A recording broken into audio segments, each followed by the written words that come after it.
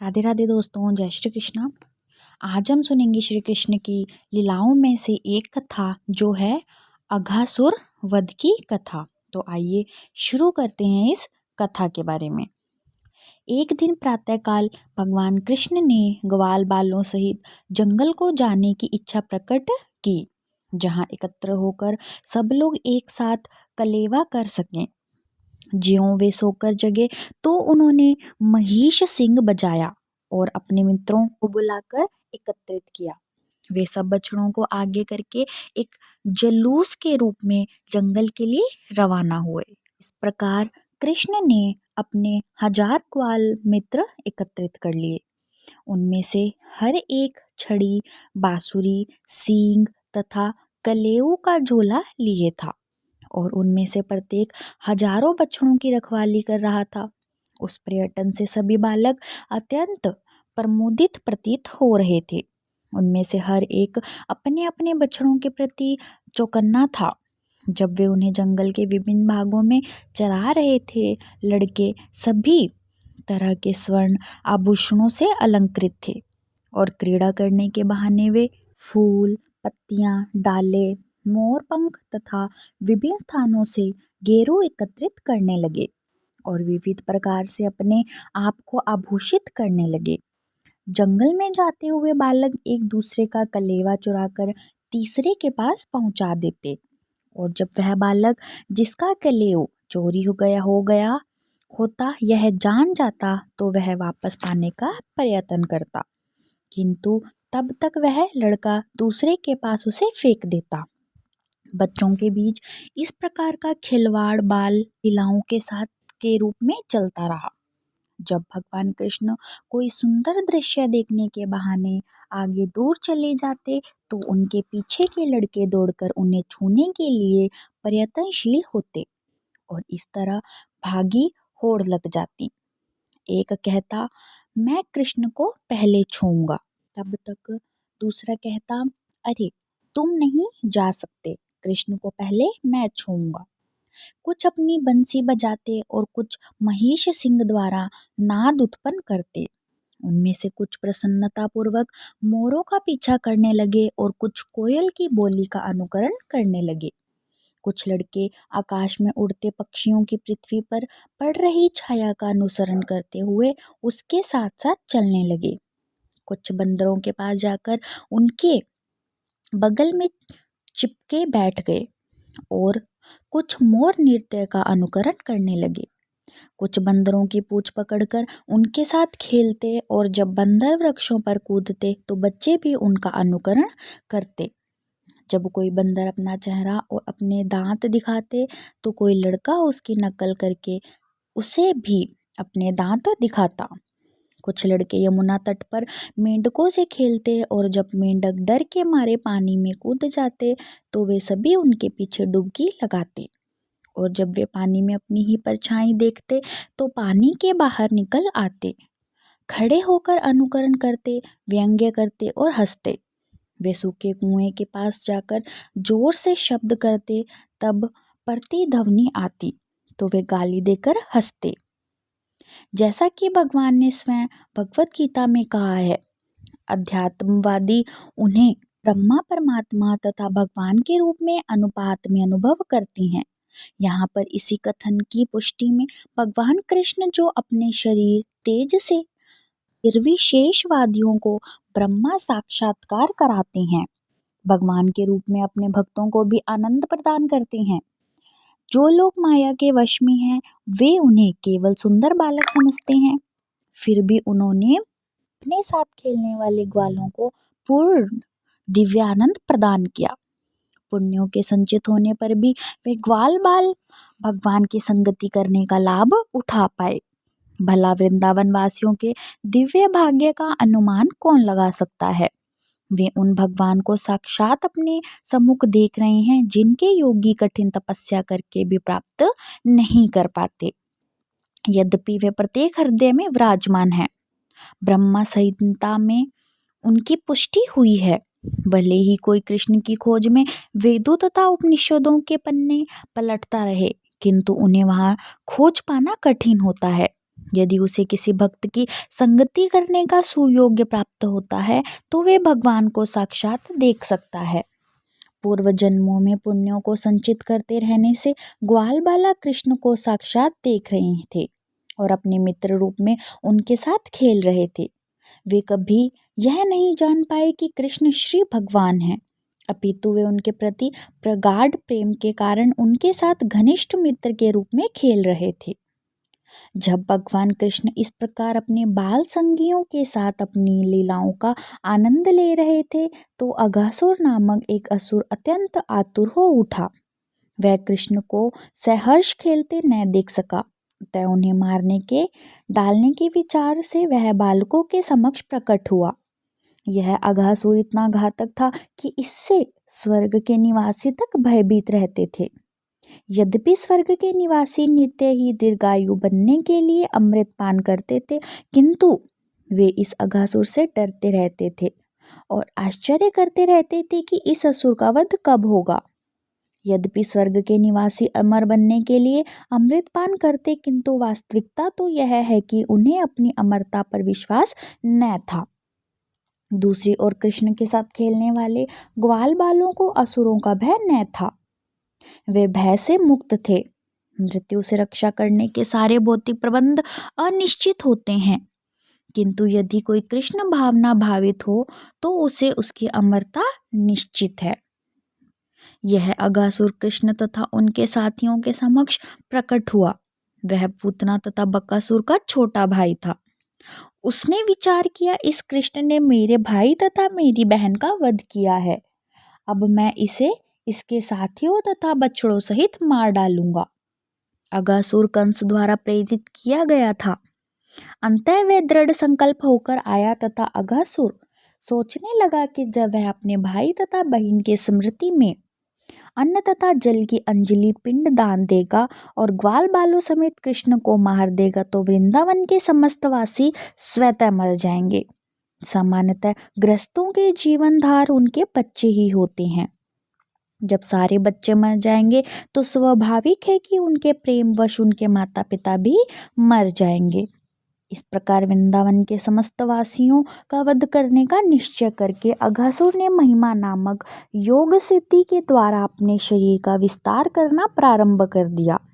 सामान्यतः सारे असुर सभी प्रकार की योग शक्तियां अर्जित करने में पटु होते हैं। योग पद्धति में महिमा सिद्धि द्वारा मनुष्य इच्छा अनुसार अपना विस्तार कर सकता है।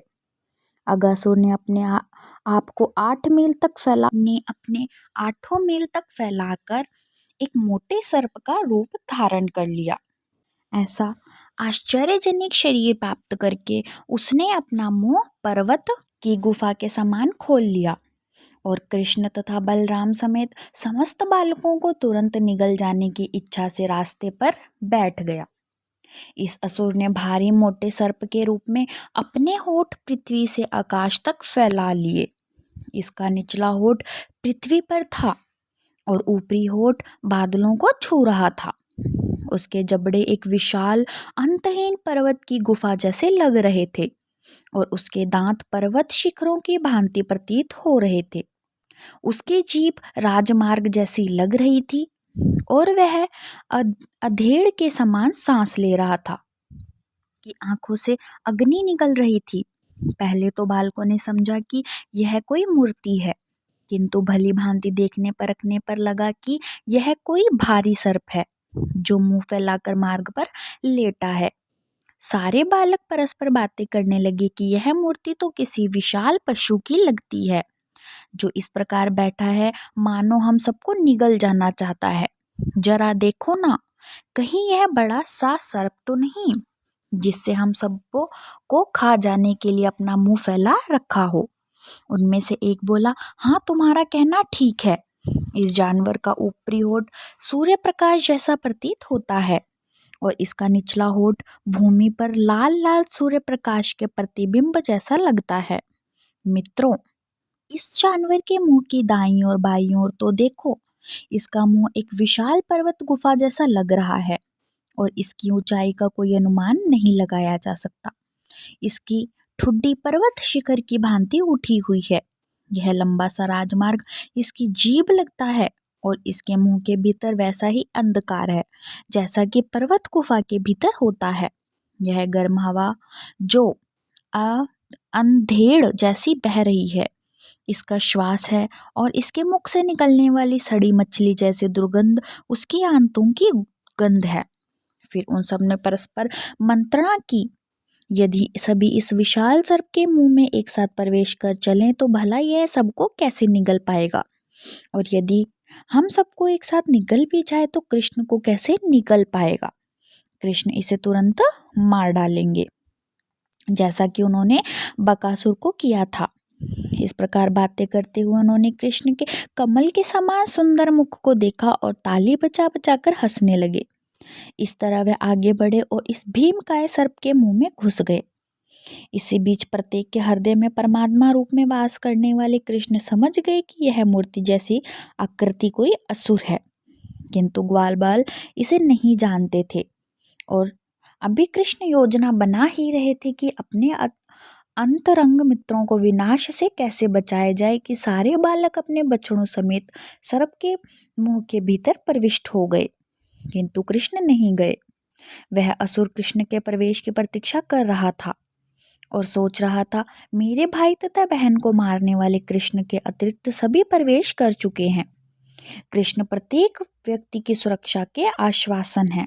किंतु जब उन्होंने देखा कि उनके सारे मित्र उनके हाथ से निकलकर इस विशाल सर्प के उधर में जा चुके हैं, तो वे एक क्षण के लिए शोकाकुल हो उठे। उन्हें आश्चर्य भी हुआ कि माया कितने विचित्र ढंग से कार्य करती है। फिर वे विचार करने लगे कि इस असुर का किस प्रकार वध किया जाए और बालकों तथा बच्चों को कैसे बचाया जाए। यद्यपि कृष्ण को इसके लिए चिंतित होने का कोई कारण न था, किंतु वे इस तरह सोच रहे थे। अंत में कुछ सोच विचार के बाद वे भी असुर के मुंह के भीतर प्रविष्ट हो गए। जब कृष्ण भीतर चले गए तो सारे देवता जो तमाशा देखने के लिए बादलों के पीछे छिपे थे, हाय हाय करके अपने भाव प्रकट करने लगे।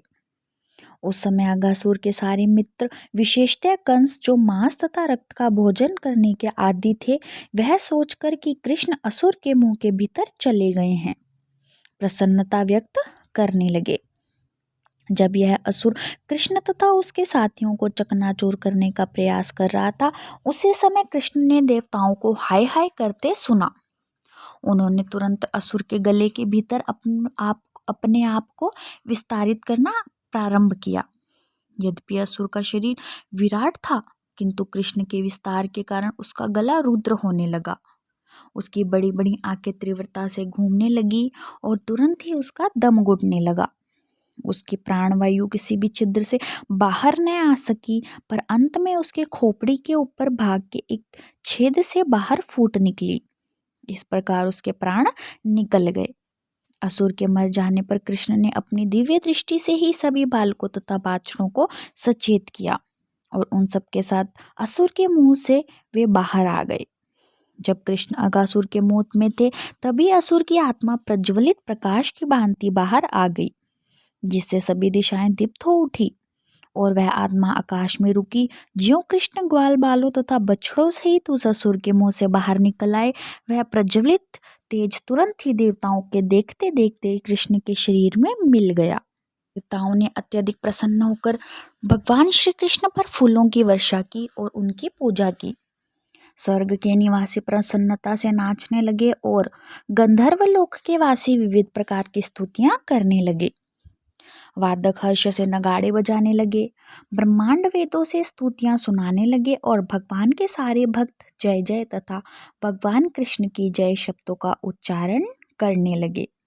जब ब्रह्मा ने संपूर्ण स्वर्गलोक में प्रतिध्वनित यह शुभ निनाद सुना, तो वे तुरंत यह देखने के लिए नीचे उतरे कि यह घटना घटी है। उन्होंने देखा कि असुर का वध हो चुका है। वे भगवान कृष्ण की अलौकिक यशस्वी लीलाएं देखकर चकित थे और उस असुर का विशाल मुंह कई दिनों तक खुला रहा और धीरे धीरे सूख गया। वह वहीं पर सभी ग्वाल बालों के खिलवाड़ के लिए रह गया। जब अगासुर का वध हुआ तो कृष्ण उनके सारे संगी 5 वर्ष से कम आयु के थे।